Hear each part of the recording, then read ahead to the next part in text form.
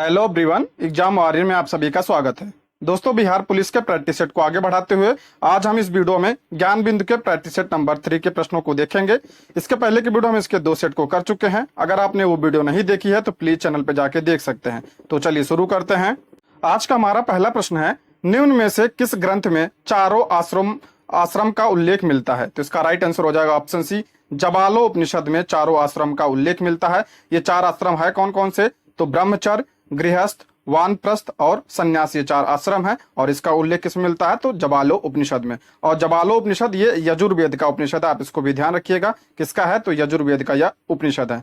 उपनिषद से एक प्रश्न और बनता है कि सत्यमेव जयते किस उपनिषद से लिया गया है? तो ये अथर्ववेद के उपनिषद मुंडको उपनिषद से लिया गया है। आप इसको भी ध्यान रखिए, एग्जाम में पूछा जाता है। बात करें अगर शतपथ ब्राह्मण की, तो शतपथ ब्राह्मण में विदुषी कन्याओं का उल्लेख मिलता है, जैसे गार्गी, मैत्री वगैरह जो है, इनका उल्लेख किसमें मिलता है? तो शतपथ ब्राह्मण में। और मनुस्मृति में 8 प्रकार के विवाह का उल्लेख मिलता है, आप इसको भी ध्यान रखिएगा।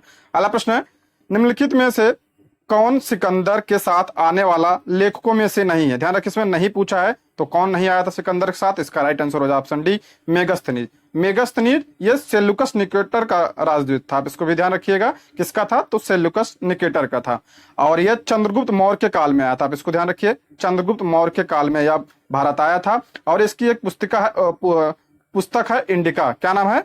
इंडिका। और इंडिका में मौर्य युगीन समाज एवं संस्कृति का उल्लेख मिलता है। डायरेक्ट प्रश्न बनता है कि इंडिका में किसका उल्लेख मिलता है? तो मौर्य युगीन समाज एवं संस्कृति का उल्लेख मिलता है इंडिका में। अगला प्रश्न है, महापुराणों की कुल संख्या कितनी है? तो इसका राइट आंसर हो जाए, आप सभी को पता है, ऑप्शन बी 18 है। महापुराण कितने हैं? तो 18 महापुराण है। और वेद कितने हैं? तो वेद 4 है। और 108 उपनिषद है। उपनिषद कितने हैं? 108।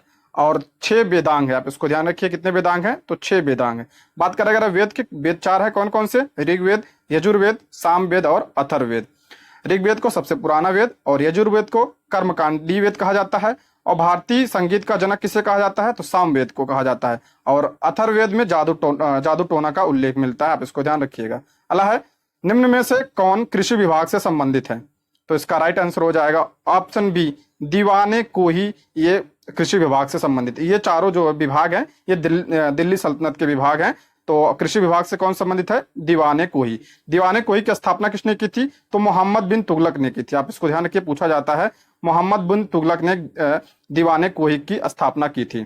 बात करें अगर हम दीवाने मुस्तकराज की, तो इसकी स्थापना आप नोट करिएगा, मैं बोल रहा हूं, अलाउद्दीन खिलजी ने की थी। और ये किससे संबंधित है? तो ये राजस्व विभाग से संबंधित है।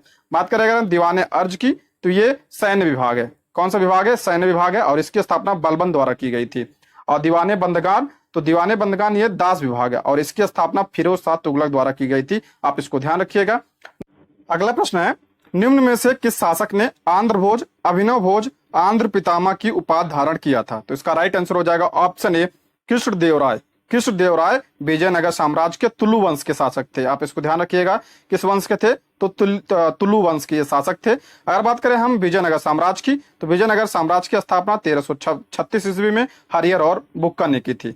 और विजयनगर साम्राज्य में 4 वंश थे, कौन कौन से? संगम वंश, तुलु वंश, सालु वंश और अराविड वंश। बात करें अगर हम कृष्णदेवराय की, इनकी एक रचना है आमुक्त, लिख दे रहा हूं मैं, आमुक्त माल्यद। आमुक्त माल्यद किसकी रचना है? तो कृष्णदेव राय की रचना है। अगला प्रश्न है, मुगलों से स्वतंत्र कर्नाटक राज्य की स्थापना किसने किया था? तो इसका राइट आंसर हो जाएगा ऑप्शन ए, सादत खान ने मुगलों से स्वतंत्र कर्नाटक राज्य की स्थापना की थी।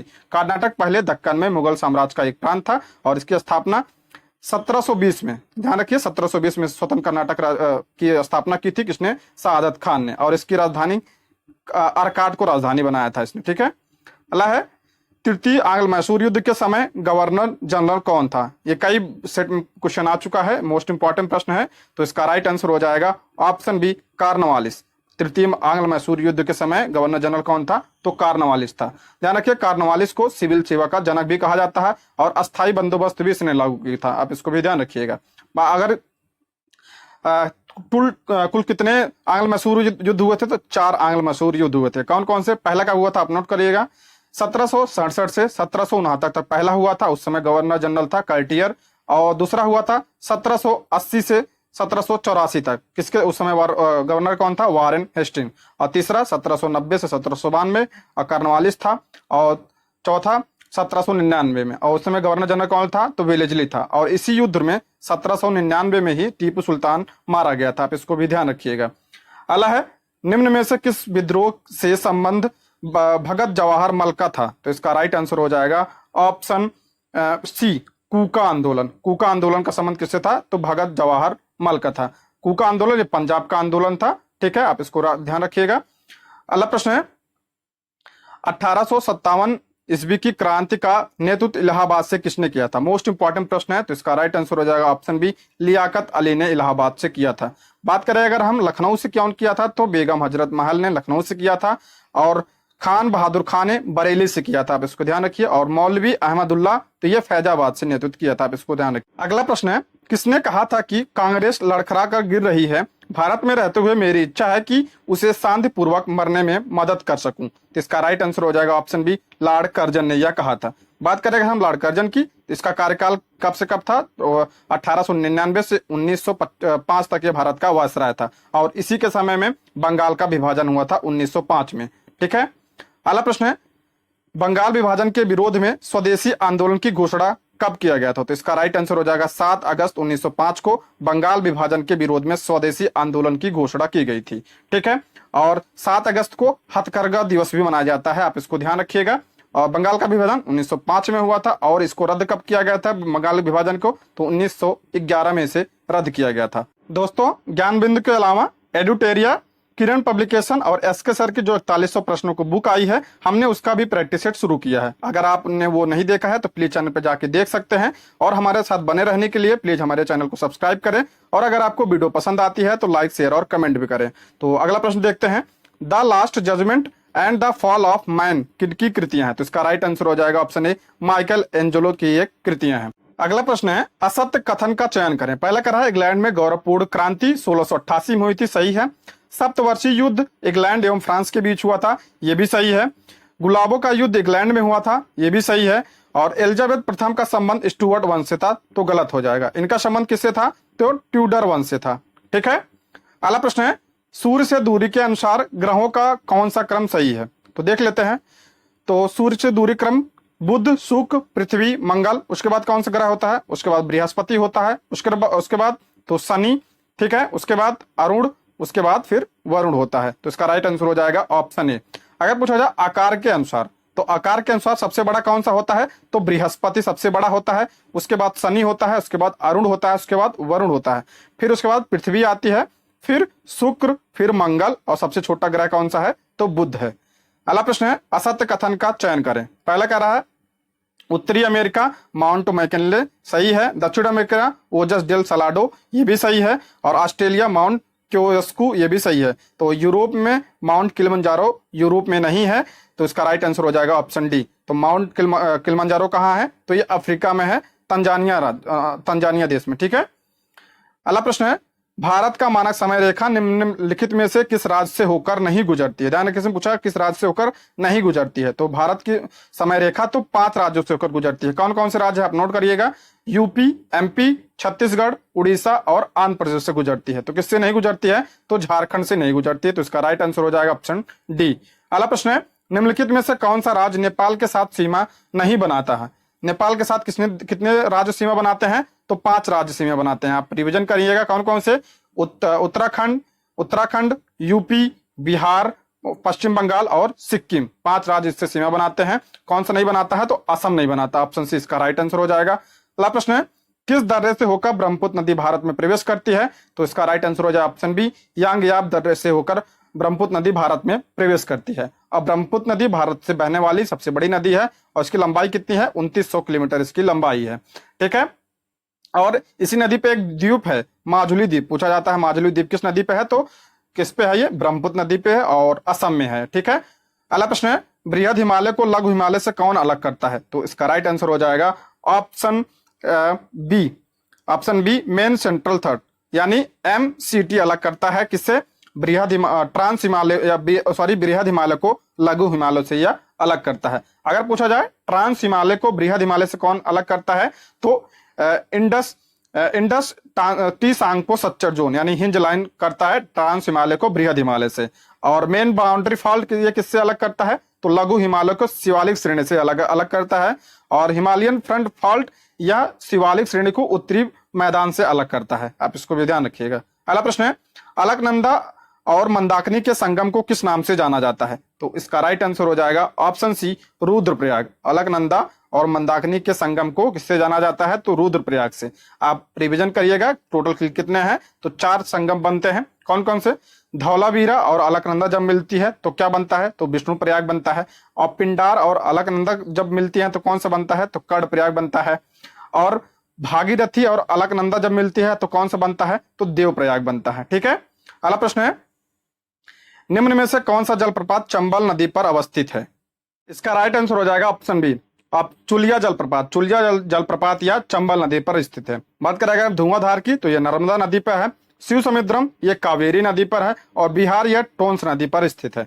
अगला प्रश्न है, जाड़े के दिनों में तमिलनाडु के तटों पर या कोरोमंडल तट पर वर्षा किस मानसून के कारण होता है? तो इसका राइट आंसर हो जाएगा ऑप्शन बी, उत्तरी पूर्वी मानसून के कारण कोरोमंडल तट पर वर्षा होती है। यह सर्दियों में होती है। मोस्ट इंपॉर्टेंट प्रश्न, आप इसको ध्यान रखिएगा। अगला प्रश्न है, सर्वाधिक लिंगानुपात वाले राज्यों का कौन सा क्रम सही है? तो इसका राइट आंसर हो जाएगा ऑप्शन ए, सर्वाधिक किसका है? तो केरल का है, उसके बाद तमिलनाडु का, उसके बाद आंध्र प्रदेश, उसके बाद मणिपुर, और उसके बाद छत्तीसगढ़ का। आप इसको भी ध्यान रखिएगा। और सबसे कम किसका है? तो हरियाणा राज्य का है। हरियाणा का कितना है? 877। अगर बात करें हम बिहार का लिंगानुपात कितना है? तो 916 बिहार का लिंगानुपात है।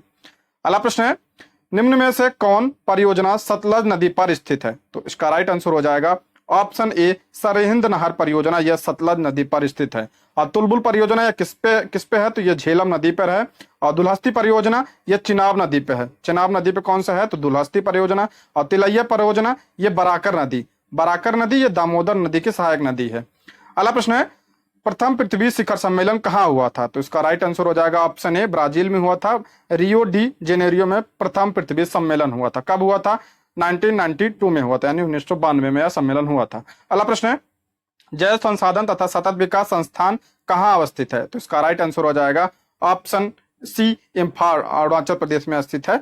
ऑप्शन सी इसका राइट आंसर हो जाएगा। अगला प्रश्न है, भारत में पहली बार महिलाओं को वोट देने का अधिकार कब मिला? तो इसका राइट आंसर हो जाएगा ऑप्शन बी, भारत परिषद अधिनियम 1919 के तहत पहली बार महिलाओं को वोट देने का अधिकार प्राप्त हुआ था।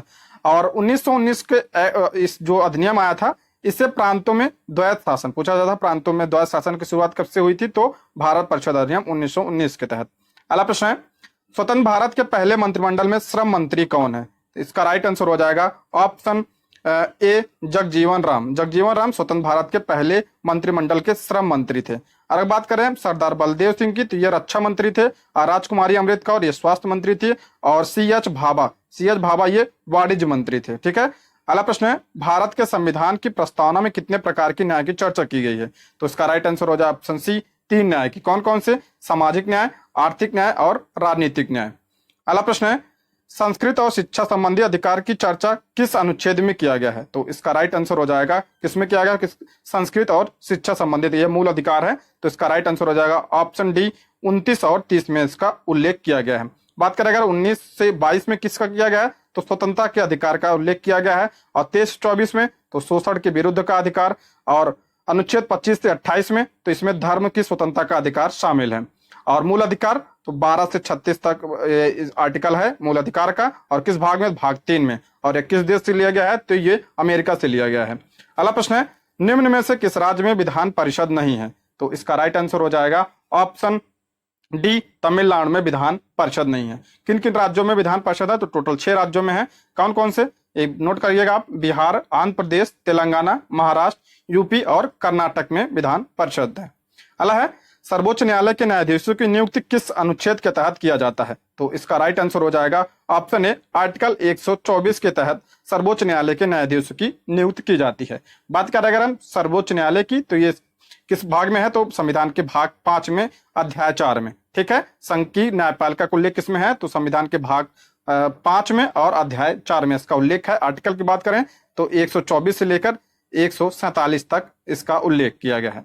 अगला प्रश्न है, ए से पहले प्रधानमंत्री कौन है जो राज्यसभा के सदस्य थे? तो इसका राइट आंसर हो जाएगा ऑप्शन ए, इंदिरा गांधी राज्यसभा की सदस्य थी। अगला है कि संविधान संशोधन के तहत 8वीं अनुसूची में कोंकणी, मणिपुर और नेपाली भाषा को जोड़ा गया? मोस्ट इंपॉर्टेंट प्रश्न है। तो 8वीं अनुसूची में क्या है? भाषा संबंधी उल्लेख। आप इसका ध्यान रखिए, पूछा जाता है भाषा संबंधी किसमें है, तो 8वीं अनुसूची में। और इसका राइट आंसर क्या हो जाएगा? तो इसका राइट आंसर हो जाएगा ऑप्शन बी, 71वें संविधान संशोधन द्वारा कोंकणी, मणिपुर और नेपाली भाषा को जोड़ा गया था। 3 भाषाओं को जोड़ा गया था।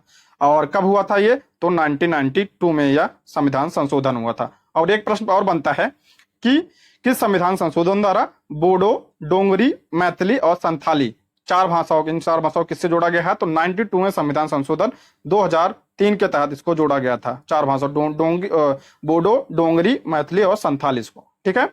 अगला प्रश्न है, निम्न में से किस समिति को प्राक्कलन समिति का जुड़वा वाहन कहा जाता है? तो इसका राइट आंसर हो जाएगा ऑप्शन ए, लोक लेखा समिति को प्राक्कलन समिति का जुड़वा वाहन कहा जाता है।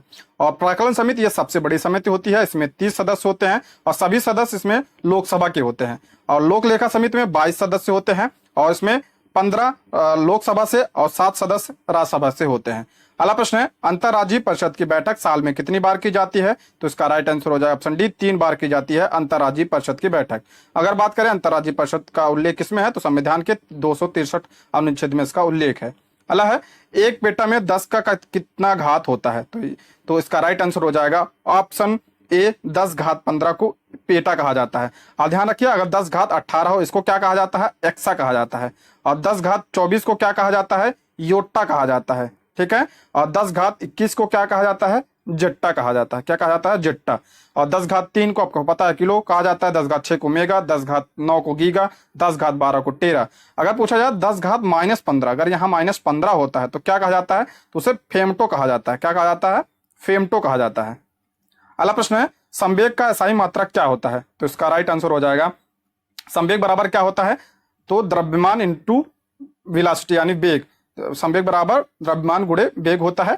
तो द्रव्यमान का क्या हो जाता है? किलोग्राम, और इसका हो गया है मीटर प्रति सेकंड। तो इसका राइट आंसर हो जाएगा ऑप्शन सी। सेकंड ऊपर जाएगा तो -1 हो जाएगा, तो ऑप्शन सी इसका राइट आंसर हो जाएगा। अगला प्रश्न है, जी का महत्तम मान कहाँ होता है, यानी स्मॉल जी का महत्तम मान कहाँ होता है? तो इसका राइट आंसर हो जाएगा ऑप्शन ए, ध्रुव पर। अगर न्यूनतम पूछा जाए तो भूमध्य रेखा यानी विषुवत रेखा पर न्यूनतम होता है।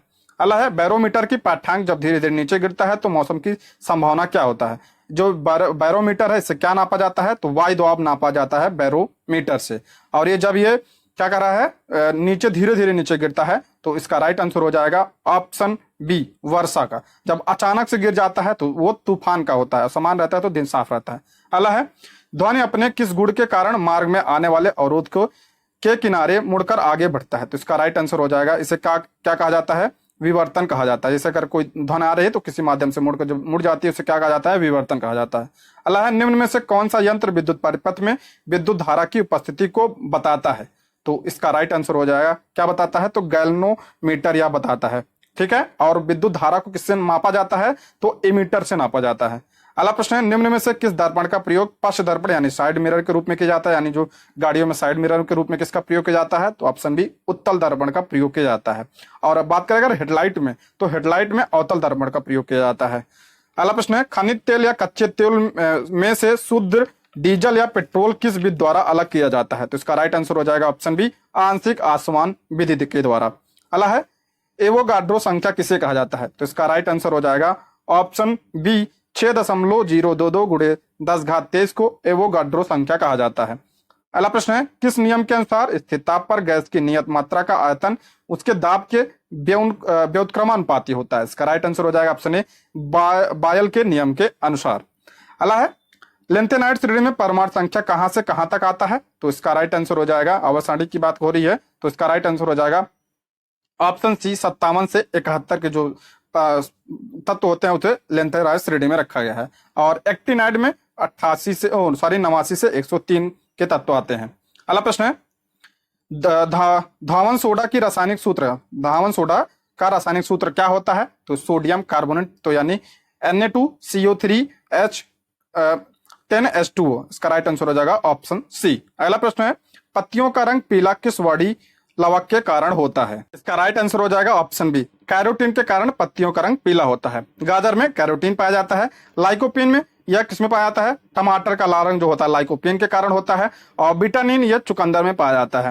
अगला प्रश्न है, गंजापन रोग किस कवक के कारण होता है? गंजापन किसके कारण होता है? तो कवक के कारण। किसके कारण होता है? तो ऑप्शन सी, टीनिया पेडिस के कारण गंजापन रोग होता है। अगला प्रश्न है, पेड़ की छालों पर उगने वाले लाइकेन को क्या कहा जाता है? लाइकेन क्या होता है? सहजीवी होता है। किसका? शैवाल और कवक। कवक ये दोनों सहजीवी होते हैं। तो उसका राइट आंसर हो जाएगा किसका? क्या कहा पूछा है? पेड़ के छालों पर उगने वाले लाइकेन को क्या कहा जाता है? तो इसका राइट आंसर हो जाएगा ऑप्शन ए, कॉर्टिकोलस कहा जाता है लाइकेन को। लाइकेन जो होता है ये वायु प्रदूषण का संकेतक होता है। ठीक है, आप इसको भी ध्यान रखिएगा, सहजीवी होता है ये। अगला है, जीन के कार्य की इकाई को क्या कहते हैं? तो जीन के कार्य की इकाई को क्या कहते हैं? तो ऑप्शन ए, सिस्ट्रॉन कहा जाता है। सिस्ट्रॉन कहा जाता है जीन के कार्य की इकाई को। जीन क्या है? आनुवंशिकता की सबसे छोटी इकाई को क्या कहा जाता है? जीन कहा जाता है। अगला प्रश्न है, पुष्प का कौन सा भाग पुरुष यानी नर जननांग होता है? तो इसका राइट आंसर हो जाएगा ऑप्शन सी, पुमंग को। ये पुमंग जो होता है ये नर जननांग होता है, और जो मादा जननांग होता है उसे क्या कहते हैं? जायांग कहा जाता है। अगला प्रश्न है, पौधे के किस हार्मोन्स को फूल खिलने वाला हार्मोन कहा जाता है? तो इसका राइट आंसर हो जाएगा ऑप्शन बी, फ्लोरीजेंस को। आप फूल से ध्यान रखिए, फ्लोरोरीजेंस को क्या कहा जाता है? फूल खिलने वाला हार्मोन्स कहा जाता है। अब बात कर रहे हैं अगर फल पकाने वाला हार्मोन कौन होता है? तो एथिलीन फल पकाने वाला हार्मोन होता है। अल्लाह, निम्न में से कौन सी मेटाथीरिया का उदाहरण है? इसका राइट आंसर हो जाएगा ऑप्शन सी, कंगारू जो है मेटाथीरिया का उदाहरण है। अगला प्रश्न है, मनुष्य में कुल कितने कृंतक दांत पाए जाते हैं? तो मनुष्य में कुल कितने दांत पाए जाते हैं? तो 32 पाए जाते हैं। ठीक है, कौन कौन से? तो 4 प्रकार के दांत होते हैं। कौन कौन से? रदनक, कृंतक, अग्रचवर्णक, चवर्णक। 4 प्रकार के होते हैं। जो रदनक होते हैं 4 होते हैं, कृंतक की कुल संख्या 8 होती है, और अग्रचवर्णक की संख्या वो भी 8 होती है, और चवर्णक की संख्या कितनी होती है? 12। तो इसमें कृंतक पूछा है तो ऑप्शन में है ही नहीं, तो इसका राइट कितना हो जाएगा? 8 हो जाएगा। अगला प्रश्न है, हैप्रिन नामक प्रोटीन का उत्पादन शरीर के किस अंग से होता है? हैप्रिन का उत्पादन किससे होता है? तो इसका राइट आंसर हो जाएगा ऑप्शन सी, यकृत से होता है, और यकृत सबसे बड़ी ग्रंथि है, और जो हैप्रिन है ये शरीर के अंदर रक्त को जमने से रोकता है। अगला प्रश्न है, किसी वर्ग की प्रत्येक भुजा में 4 सेंटीमीटर की वृद्धि करने पर उसके क्षेत्रफल में 60 वर्ग सेंटीमीटर की वृद्धि होती है। वर्ग की प्रत्येक भुजा की लंबाई। मैथ का क्वेश्चन है, इसका आंसर मैं बता दे रहा हूं, आप इसको देख लीजिएगा। इसका राइट आंसर हो जाएगा ऑप्शन डी, 5.5 सेंटीमीटर। दोस्तों, इसका पीडीएफ आपको टेलीग्राम पे मिल जाएगा, वहां से आप देख कर ले लीजिएगा और ये सब सॉल्व कर लीजिएगा। अगला प्रश्न है, निम्नलिखित में से जैविक विविधता दिवस जैविक विविधता यानी जैव विविधता दिवस किस तिथि को मनाया जाता है? तो इसका राइट आंसर हो जाएगा 22 मई को जैव विविधता दिवस मनाया जाता है। अगर बात करें हम 22 मार्च को, तो इस दिन कौन सा दिवस मनाया जाता है? जल दिवस मनाया जाता है। 22 अप्रैल को पृथ्वी दिवस मनाया जाता है। आप इसको भी ध्यान रखिए, मोस्ट इंपॉर्टेंट है। अगला प्रश्न है, निम्नलिखित में से कंबोडिया की राजधानी कहाँ है? तो इसका राइट आंसर हो जाएगा नोम पेन जो है ये कंबोडिया की राजधानी है। और ये सियोल किसकी राजधानी है? तो साउथ कोरिया की राजधानी है सियोल। और प्योंगयांग ये किसकी है? तो ये उत्तरी कोरिया की है। ठीक है, नॉर्थ कोरिया की राजधानी है ये। और अगला है बंदरसेरी। बंदरसेरी कहाँ का है? तो ये किस देश की राजधानी? तो ब्रुनेई की है। ठीक है, ब्रुनेई की राजधानी है बंदरसेरी। अगला प्रश्न है, इटली और ईरान की सरकारी दस्तावेज का प्रकाशन किस बुक में किया जाता है? तो इसका राइट आंसर हो जाएगा ऑप्शन ए, ग्रीन बुक में इटली और ईरान के सरकारी दस्तावेज का प्रकाशन किया जाता है। बात करें अगर हम ऑरेंज बुक की, तो नीदरलैंड के सरकारी दस्तावेज को ऑरेंज बुक कहा जाता है। और व्हाइट बुक किसका कहा जाता है? पुर्तगाल और चीन जर्मनी के जो सरकारी दस्तावेज उसे व्हाइट बुक कहा जाता है। और ब्लू बुक ब्रिटेन के जो सरकारी दस्तावेज होते हैं उसे ब्लू बुक कहा जाता है। अगला प्रश्न है, निम्न में से कौन मलेशिया का समाचार एजेंसी है? तो इसका राइट आंसर हो जाएगा ऑप्शन डी, बरनामा ये मलेशिया का समाचार एजेंसी है। अगला प्रश्न है, विश्व में सर्वाधिक आबादी वाला नगर कौन सा है? तो इसका राइट आंसर हो जाएगा ऑप्शन ए, टोक्यो ये जापान। तो ये विश्व में सर्वाधिक आबादी वाला नगर है। अगला है, बुद्ध चरितम का लेखक कौन है? तो किसकी रचना है बुद्ध चरितम? तो ऑप्शन सी, अश्वघोष की रचना है बुद्ध चरितम। अगला प्रश्न है, इंपीरियल पैलेस किस देश में स्थित है? तो इसका राइट आंसर हो जाएगा ऑप्शन ए, जापान में है ये इंपीरियल पैलेस। अगला है, निम्नलिखित में भारत का राष्ट्रीय चिन्ह क्या है? तो इसका राइट आंसर हो जाएगा ऑप्शन बी, अशोक स्तंभ जो है भारत का यह राष्ट्रीय चिन्ह है। अगला प्रश्न है, केंद्रीय सड़क अनुसंधान संस्था कहाँ स्थित है? तो केंद्रीय सड़क अनुसंधान संस्था ये नई दिल्ली में स्थित है। ऑप्शन इसका राइट आंसर हो जाएगा। अगला प्रश्न है, भारतीय पुरातत्व सर्वेक्षण संस्थान की स्थापना किस वर्ष किया गया था? तो इसका राइट आंसर हो जाएगा किस वर्ष किया गया था? ऑप्शन ए, 1861 में इसका स्थापना किया गया था। और इसका हेडक्वार्टर कहाँ है? तो देहरादून में इसका हेडक्वार्टर है। आप इसको भी ध्यान रखिएगा। अगला प्रश्न है, आंध्र केसरी के उपनाम से किसे जाना जाता है? तो इसका राइट आंसर हो जाएगा ऑप्शन बी, टी प्रकाशम को आंध्र केसरी के उपनाम से जाना जाता है। अगर बात करें हम शेख मुजीबुर रहमान को, तो इन्हें बंगबंधु कहा जाता है, बंगबंधु कहा जाता है शेख मुजीबुर रहमान को, और बांग्लादेश का पितामह भी कहा जाता है। और CF एंड्रूज को क्या कहा जाता है? दीन बंधु कहा जाता है। ठीक है, आप इसको भी ध्यान रखिए, दीन बंधु किसे कहा जाता है?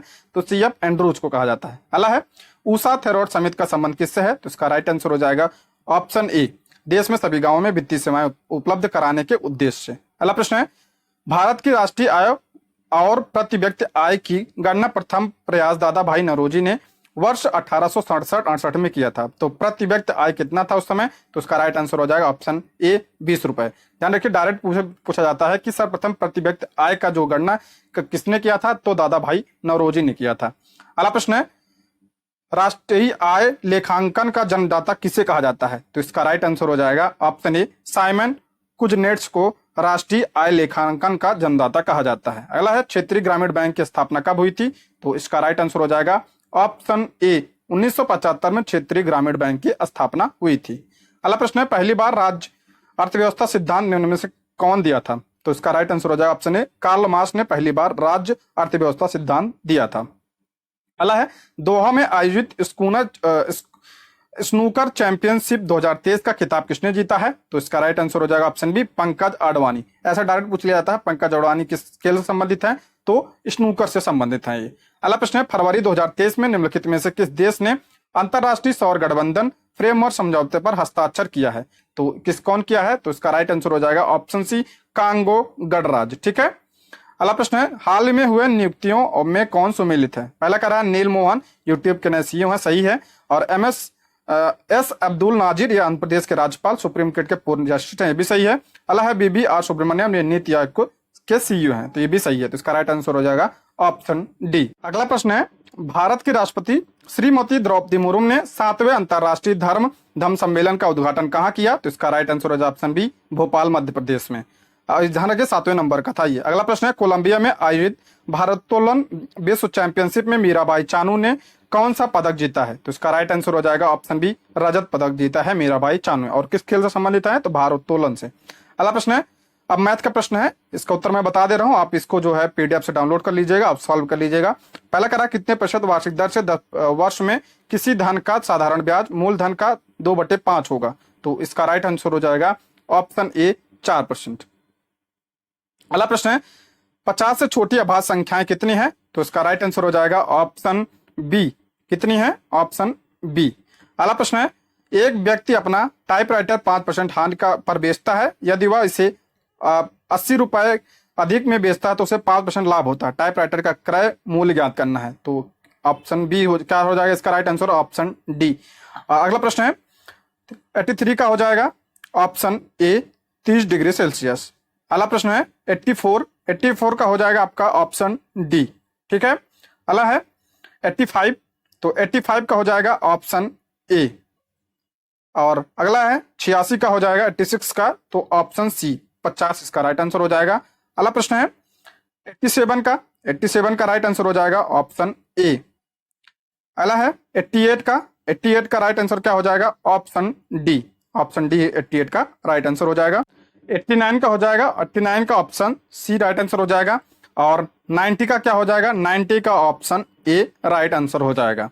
अब हिंदी के प्रश्न है करा अंतोगत्वा में कौन सा संधि है? तो इसमें पूछा है संधि विच्छेद पूछा है, तो इसका राइट आंसर हो जाएगा ऑप्शन ए। और इसमें कौन सा संधि है? तो इसमें विसर्ग संधि है।